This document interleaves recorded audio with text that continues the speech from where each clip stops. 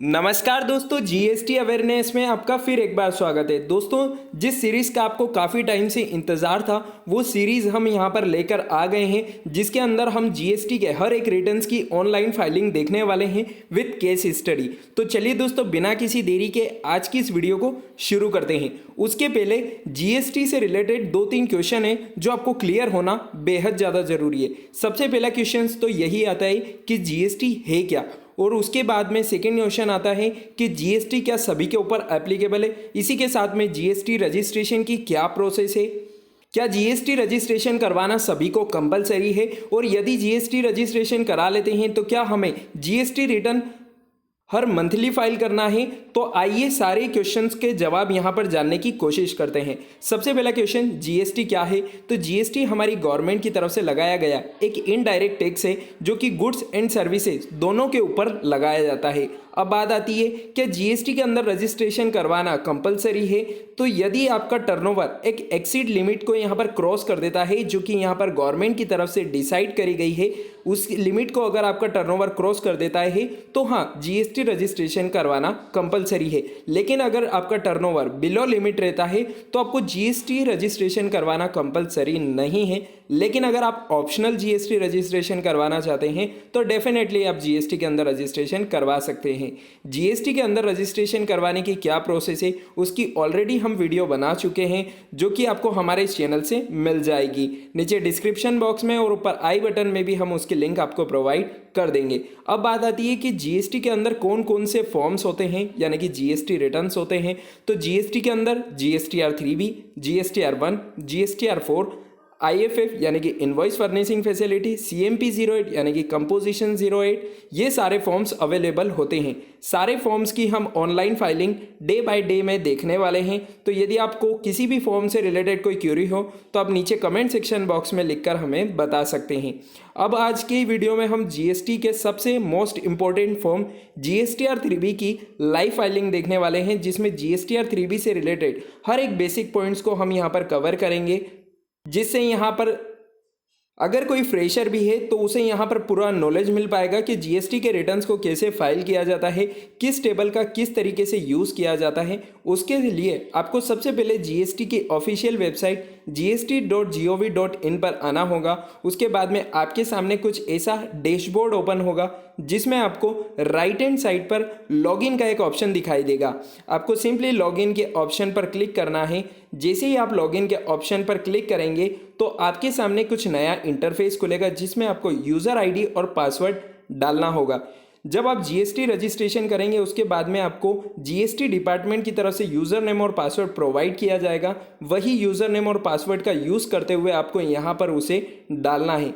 जैसे ही आप जीएसटी के अंदर जीएसटी यूज़र नेम और पासवर्ड डाल देंगे उसके बाद में आपको कैप्चा कोड का ऑप्शन दिखाई देगा। नीचे जो नंबर्स आपको दिखाई दे रहे हैं वो नंबर्स आपको यहाँ पर डालना है और सिंपली नीचे लॉगिन के ऑप्शन पर क्लिक कर देना है। जैसे ही आप लॉगिन के ऑप्शन पर क्लिक करेंगे तब आपके जीएसटी पोर्टल पर आप लॉगिन कर लेंगे और एक नया इंटरफेस आपको दिखेगा जिस पे आपको लेज़र बैलेंस यहाँ पर दिखाई देगा। अब सबसे पहला क्वेश्चन आता है, लेज़र बैलेंस क्या होता है। तो लेज़र बैलेंस एक तरीके का वॉलेट होता है, जैसे कि आप गूगल पे, पेटीएम, फ़ोन पे यूज़ करते हैं, उसी प्रकार जीएसटी की लायबिलिटी को पे करने के लिए जीएसटी का एक अलग से वॉलेट होता है जिसे लेज़र बैलेंस कहते हैं। इसके अंदर आपको electronic cash ledger, electronic credit ledger, दो ऑप्शंस यहाँ पर दिखाई देते हैं। हमारे इलेक्ट्रॉनिक क्रेडिट लेजर के अंदर आप आईजीएसटी में 2,99,888 का बैलेंस, सीजीएसटी में 1984 का और एसजीएसटी में 1985 का बैलेंस देख सकते हैं, जो कि हमारे पास बैलेंस अवेलेबल है। तो हम यहाँ पर हमारी लायबिलिटी को पे करने के लिए इस जीएसटी के अंदर जो बैलेंस हमारा अवेलेबल है इस बैलेंस को हम यूज़ कर पाएंगे। और अगर हमारा यहाँ पर बैलेंस अवेलेबल नहीं होता तो हमको चालान के थ्रू हमारी लायबिलिटी को पे करना होता। अब हम जीएसटी के रिटर्न्स को कैसे फाइल करेंगे, आइए उसे जानते हैं। जीएसटी के रिटर्न्स को फाइल करने के लिए आपको जो यहाँ पर फाइल रिटर्न का ऑप्शन दिख रहा है इस पर क्लिक करना है। जैसे ही आप फाइल रिटर्न के ऑप्शन पर क्लिक करेंगे तो आपके सामने एक नया डैशबोर्ड ओपन होगा जिसके अंदर आपको सबसे पहले तो फाइनेंशियल ईयर सिलेक्ट करना है। फाइनेंशियल ईयर हम यहाँ पर 2021-22 सिलेक्ट कर लेते हैं क्योंकि 2021-22 का रिटर्न हम फाइल कर रहे हैं। उसके बाद में आपको क्वार्टर सिलेक्ट करना है, तो फर्स्ट क्वार्टर यहाँ पर बाय डिफ़ॉल्ट आपका सिलेक्ट करा हुआ रहेगा। उसके बाद में आपको पीरियड सिलेक्ट करना है कि आप अप्रैल मंथ का जीएसटी रिटर्न्स फाइल करना चाहते हैं या फिर मई मंथ का। तो आप जिस भी मंथ का जीएसटी रिटर्न्स फाइल करना चाहते हैं उस मंथ को आपको यहाँ पर सिलेक्ट कर लेना है और उस मंथ को सिलेक्ट करने के बाद में आपको सर्च के ऑप्शन पर क्लिक कर देना है। जैसे ही आप सर्च के ऑप्शन पर क्लिक करेंगे तो आपके सामने कुछ नया इंटरफेस ओपन होगा जिसमें आपको जीएसटी के 4 फॉर्म्स यहाँ पर दिखाई देंगे, GSTR1, GSTR2A, GSTR2B and GSTR3B। सभी फॉर्म्स अलग अलग यूज़ में होते हैं। तो आज सबसे पहले हम GSTR3B की लाइव फाइलिंग देखने वाले हैं। तो GSTR3B की ही हम बात यहाँ पर करने वाले हैं। GSTR3B के हर एक बेसिक पॉइंट्स को आज की इस वीडियो में हम कवर करने वाले हैं। तो ये वीडियो आपके लिए बहुत ज़्यादा इंपॉर्टेंट होने वाली है, तो एंड तक यहाँ पर बने रहिएगा। चलिए दोस्तों, अब GSTR3B के फॉर्म्स को हम यहाँ पर ओपन कर लेते हैं। जैसा कि आप देख सकते हैं GSTR3B के फॉर्म की ड्यू डेट भी आपको यहाँ पर देखने को मिल जाएगी, जो कि अप्रैल मंथ की ड्यू डेट यहाँ पर 22 मई 2021 आपको देखने को मिल रही है। अगर आप 22 मई 2021 के बाद में अपने GSTR3B के फॉर्म को भरते हैं तो आप पर लेट फीस चार्ज करी जाएगी, जो कि CGST 50 रुपीज़ और SGST 50 रुपीज़ पर डे के हिसाब से चार्ज करी जाती है। यहाँ पर हम GSTR3B के फॉर्म को ओपन करें उससे पहले 2 ऑप्शन यहाँ पर आपको दिखाई दे रहे होंगे, प्रिपेयर ऑनलाइन और प्रिपेयर ऑफलाइन। यदि आप किसी सॉफ्टवेयर का यूज़ करते हुए अपने GSTR3B के फॉर्म्स को भरना चाहते हैं तो आप प्रिपेयर ऑफलाइन पर क्लिक करके अपने सॉफ्टवेयर से जेसन जनरेटेड फाइल को यहाँ पर इंपोर्ट कर सकते हैं, जिससे आपका GSTR3B के अंदर डाटा इंपोर्ट हो जाएगा। लेकिन अभी हम प्रिपेयर ऑनलाइन पर क्लिक कर रहे हैं। ये उन टैक्सपेयर के लिए बहुत ज़्यादा इंपॉर्टेंट है जो किसी भी सॉफ्टवेयर का यहाँ पर यूज़ नहीं करते हैं। अब यहाँ पर नया इंटरफेस ओपन हुआ जिसमें आपको लिखा हुआ देखने को मिल रहा है, do you want to file nil return. यदि आपके केस में यानी कि जिस मंथ का आप GST रिटर्न फाइल करने जा रहे हैं, यदि उस मंथ में आपकी कोई सेल नहीं है, किसी प्रकार की परचेस नहीं है या किसी प्रकार की एडिशनल लायबिलिटी नहीं है, तब आप अपने GST रिटर्न्स को नील फाइल कर सकते हैं। एडिशनल लायबिलिटी से मेरा मतलब है किसी प्रकार की प्रीवियस मंथ की लेट फीस या इंटरेस्ट की लायबिलिटी आपके ऊपर एप्लीकेबल नहीं है। यदि इस केस में आप अपने रिटर्न्स को नील फाइल करना चाहते हैं तो आप सिंपली यस के ऑप्शन पर सिलेक्ट करके नेक्स्ट करेंगे तो आपके सामने OTP का वेब पेज ओपन होगा। वहाँ OTP डालकर आपके रजिस्टर्ड मोबाइल नंबर पर या ईमेल ID पर जो OTP आएगी, आप जैसे ही उस OTP को डालेंगे और फाइल के ऑप्शन पर क्लिक करेंगे, आपका GST का रिटर्न फाइल हो जाएगा। लेकिन अभी हमारे केस में हम नील रिटर्न GST फाइल नहीं कर रहे हैं, तो हम सिंपली यहाँ पर नो के ऑप्शन को सिलेक्ट करेंगे और नो के ऑप्शन को सिलेक्ट करने के बाद नेक्स्ट के बटन पर क्लिक करेंगे। जब आप नेक्स्ट के बटन पर क्लिक करेंगे तो आपके सामने एक system generated summary for GSTR3B open होगी, जिसके अंदर GSTR1, GSTR2B का डाटा यहाँ पर रिफ्लेक्ट होना चाहिए। लेकिन अभी आपको कोई भी डाटा यहाँ पर रिफ्लेक्ट नहीं हो रहा है। और जब हम GSTR3B की एडवांस फाइलिंग देखेंगे उसके अंदर हम इन सारे पॉइंट्स को कवर करने वाले हैं, तो अभी इसे सिंपली यहाँ पर क्लोज कर देते हैं। उसके बाद आपको नीचे आ जाना है। यहाँ पर GSTR3B के अंदर आपको 5 टेबल देखने को मिलेगी।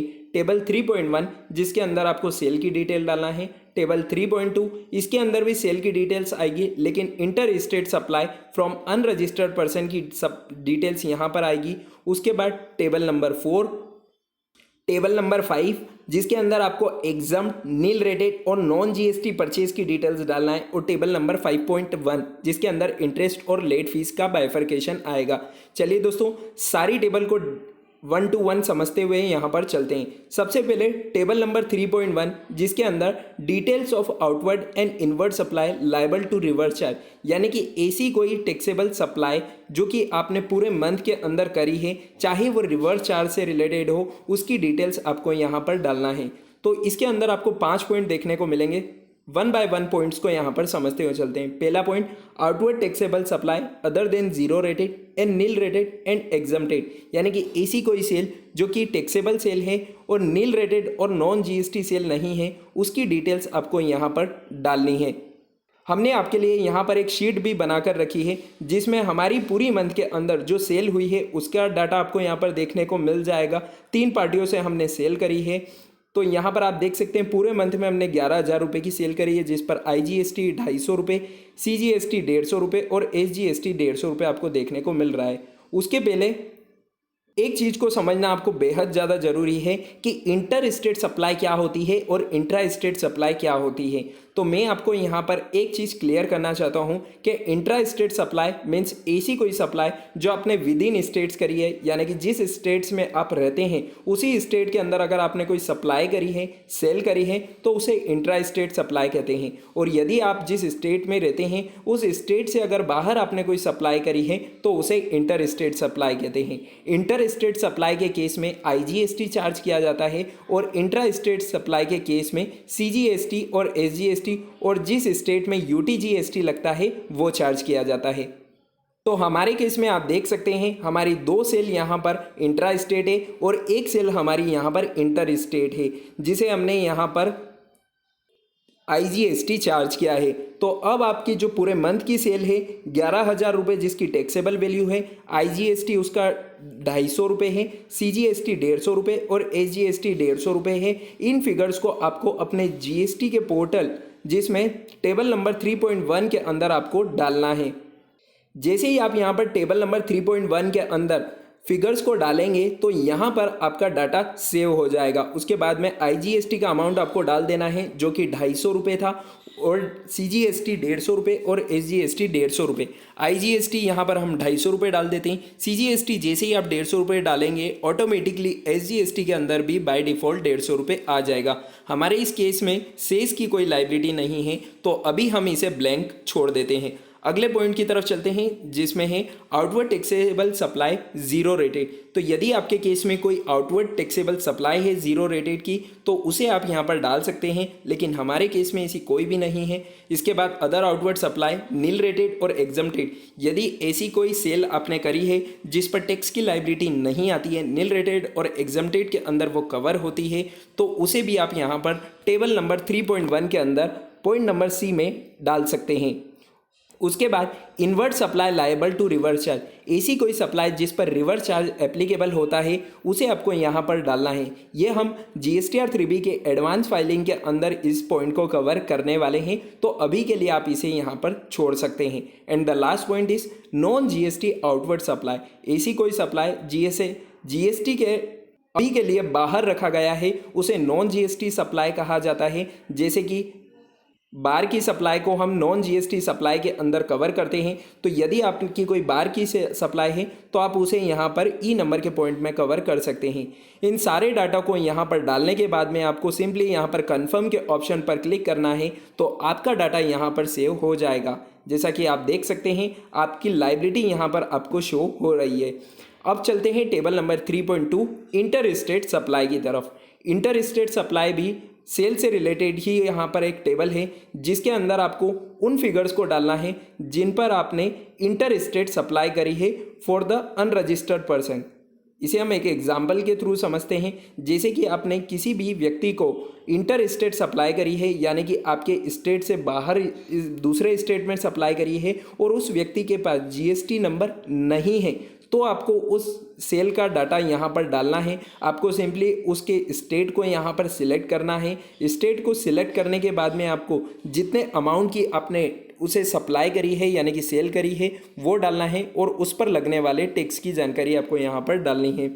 अब चलते हैं सबसे इम्पोर्टेंट नंबर टेबल की तरफ जिसका नाम है टेबल नंबर 4 इलिजिबल ITC, यानी कि table number 4 eligible ITC GSTR 3B के अंदर एक सबसे इम्पोर्टेंट टेबल यहाँ पर होती है जिसके अंदर आपको बहुत सारे ऑप्शंस यहाँ पर देखने को मिलेंगे, लेकिन आपको यहाँ पर कंफ्यूज नहीं होना है। हमने यहाँ पर जो हमारे सेल और परचेज़ के फिगर्स यहाँ पर बनाए हैं उसमें यहाँ पर परचेज़ भी आप देख सकते हैं हमने 3 पार्टियों से परचेज़ करी है जिसकी टैक्सेबल वैल्यू 21,000, IGST 450, CGST 300 और SGST 300 है। परचेज के अंदर जो हम टैक्स ऑलरेडी पे करके आ चुके हैं उसकी रिबेट यानी कि ITC हमें GSTR 3B के अंदर क्लेम करनी होती है। तो यहाँ पर आप देख सकते हैं आपको बहुत सारे ऑप्शंस दिखाई देंगे जिसके अंदर आपको पहला ऑप्शन ITC अवेलेबल यानी कि जो ITC आप क्लेम करने के लिए एलिजिबल है उसे यहाँ पर डालना है। यदि आपने कोई इंपोर्ट ऑफ गुड्स किया है, उस पर आपने टैक्स पे किया है, तो उसकी लाइबिलिटी यहाँ पर आपको क्लेम करनी है। इंपोर्ट ऑफ सर्विसेज की आईटीसी आप सेकेंड नंबर के पॉइंट में कवर करेंगे। Inward supply liable to reverse charge, जिसे हम आने वाली नेक्स्ट वीडियो में देखने वाले हैं। उसके बाद इनवर्ट सप्लाई फ्रॉम आईएसडी, यानी कि इनपुट सर्विस डिस्ट्रीब्यूटर को अगर आपने कोई सर्विस दी है और उस पर आपने कोई टैक्स की लायबिलिटी पे करी है तो वो यहाँ पर। और at the last point is all other ITC, तो हमारी जो आईटीसी कवर होती है वो ऑल अदर आईटीसी के अंदर कवर होती है। तो हमें यहाँ पर हमारी आईटीसी को ऑल अदर आईटीसी के कॉलम में क्लेम करना है, जो कि हमारी आईजीएसटी 450 रुपये, सीजीएसटी 300 रुपये और एसजीएसटी 300 रुपये है। तो हम हमारे जीएसटी पोर्टल पर वापस आ जाते हैं और वहाँ पर आईजीएसटी के कॉलम में 450 रुपये को हमें क्लेम करना है और सीजीएसटी और एसजीएसटी के अंदर 300 रुपये और 300 रुपये क्लेम करना है। तो यहाँ पर हम आईजीएसटी के ऑप्शन में 450 रुपये लिख देते हैं, सीजीएसटी के ऑप्शन में 300 रुपये लिख देते हैं और एसजीएसटी के कॉलम में बाय डिफ़ॉल्ट आपको 300 रुपये यहाँ पर देखने को मिल जाएगा। अब आपको यहाँ पर जो दूसरे ऑप्शन दिखाई दे रहे हैं आईटीसी रिवर्स, यानी कि ऐसी कोई आईटीसी जो आपने गलत क्लेम कर ली थी उसे आपको रिवर्स करना है। तो ये सारे पॉइंट्स भी हम आगे एडवांस जीएसटीआर 3B की फाइलिंग में कवर करने वाले हैं। अभी हम यहाँ पर बेसिक समझ रहे हैं, तो इसे कंफर्म करके आपको यहाँ पर सेव कर लेना है। जैसे ही आप यहाँ पर सेव करेंगे तो आपके आईटीसी के ऑप्शन में भी फिगर्स आपको देखने को मिल जाएंगे। अब चलते हैं table number 5 exempt, nil rated and non GST inward supply की तरफ। Table number 5B GSTR 3B के लिए बहुत इंपॉर्टेंट टेबल होती है। यदि आपने कोई ऐसी परचेस करी है जो नील रेटेड या फिर एग्जम्प्ट परचेस है तो उसका डाटा आपको यहाँ पर डालना है। यहाँ पर आपको दो ऑप्शंस दिखाई देंगे, इंटर स्टेट सप्लाई और intra state supply. Inter state supply जैसा कि मैं आपको बता चुका हूँ, आपने विद इन स्टेट अगर सप्लाई करी है, कोई परचेस करी है तो उसका डाटा आपको इंट्रा स्टेट सप्लाई में डालना है। और अगर आपने अपने स्टेट से बाहर अगर कोई परचेस करी है तो उसका डाटा आपको इंटर स्टेट सप्लाई के अंदर डालना है। उसी के साथ में अगर आपने कोई नॉन जीएसटी सप्लाई यानी कि बार की परचेस अगर करी है, अगर आपने बार की परचेस इंट्रा स्टेट करी है तो इंट्रा स्टेट के ऑप्शन में डालना है। और अगर कोई बार की परचेस आपने इंटर स्टेट यानी कि अपने स्टेट से बाहर से करी है तो उसे आपको यहाँ पर इंटर स्टेट सप्लाई में डालना है। इन सारे फिगर्स को डालने के बाद आपको इसे भी कंफर्म करके सेव कर लेना है और आगे बढ़ना है। नेक्स्ट टेबल की तरफ चलते हैं। Table number 5.1 interest and let fees. अगर आपके ऊपर कोई इंटरेस्ट और लेट फीस की लायबिलिटी है तो आपको उसे यहाँ पर टेबल नंबर 5.1 के अंदर दिखाना होगा। टेबल नंबर 5.1 के अंदर आप इंटरेस्ट का अमाउंट यहाँ पर डाल सकते हैं, लेकिन लेट फीस का अमाउंट यहाँ पर बाय डिफ़ॉल्ट आपको जीएसटीआर 3B में देखने को मिलेगा। इसके बाद में आपको अपने सारे डाटा को अपनी सेल और परचेज के ओरिजिनल फिगर से एक बार चेक कर लेना है और उसके बाद में सेव कर लेना है। सेव करने के लिए आपको जीएसटीआर 3B के नीचे जो ऑप्शन दिखाई दिया है सेव जीएसटीआर 3B, उस पर क्लिक करना है। जैसे ही आप उस पर क्लिक करेंगे तो यहाँ पर आपको एक ग्रीन कलर की टैगलाइन देखने को मिलेगी जिसमें सेव रिक्वेस्ट रिसीव्ड और उसी के बाद में GSTR 3B detail saved successfully का ऑप्शन देखने को मिल जाएगा। अब आपको प्रोसीड टू पेमेंट पर क्लिक करना है, जहां पर आपकी आईटीसी और आपकी लायबिलिटी के अंदर सेट ऑफ किया जाएगा। जैसा कि आप देख सकते हैं आपकी जो लायबिलिटी बन रही थी यानी कि जो आपने सेल करी है उस पर जो आपको सेल पे टैक्स पे करना है वो आप यहाँ पर देख सकते हैं 250 रुपये, 150 रुपये और 150 रुपये जो आपकी लायबिलिटी थी वो यहाँ पर आपको सेट ऑफ करना है। तो यहाँ पर आपका टैक्स बाय डिफ़ॉल्ट सिलेक्ट करा हुआ आ रहा है और ये पूरा टैक्स आपका आईजीएसटी से सेट ऑफ हो रहा है। इसके बावजूद आपके पास आईजीएसटी के अंदर 2,99,788 रुपये का बैलेंस अवेलेबल रहेगा, जिसे आप आने वाले महीनों में यूज़ कर पाएंगे। उसी के साथ में सीजीएसटी और एसजीएसटी के अंदर भी आपको अभी अपना बैलेंस अवेलेबल देखने को मिल जाएगा। एक बात याद रखिएगा कि अगर आपका आईजीएसटी के अंदर कोई बैलेंस अवेलेबल है तो सबसे पहले आपको आईजीएसटी का बैलेंस ही पूरा कंप्लीट करना होगा, उसी के बाद में आप सीजीएसटी और एसजीएसटी के बैलेंस का यूज़ कर पाएंगे। अगर आपको सेट ऑफ कैलकुलेशन में कोई दिक्कत आ रही है तो आप नीचे कमेंट सेक्शन बॉक्स में लिखकर बता सकते हैं। इसी के साथ में अगर आपका आईजीएसटी के अंदर सीजीएसटी और एसजीएसटी के अंदर कोई आईटीसी नहीं है तो आपको सिंपली क्रिएट चालान के ऑप्शन का यूज़ करते हुए उस लायबिलिटी को चालान के थ्रू पेड करना होगा। अभी हम यहाँ पर हमारी आईटीसी का बैलेंस अवेलेबल है, तो यहाँ पर हम सेट ऑफ कैसे करेंगे, make payment post credit to ledger के ऊपर आपको क्लिक करना है और यस के बटन पर क्लिक करते हुए अपने मोबाइल नंबर या ईमेल आईडी पर जो ओटीपी आएगी उस ओटीपी को डालकर आप अपने रिटर्न्स को फाइल कर सकते हैं।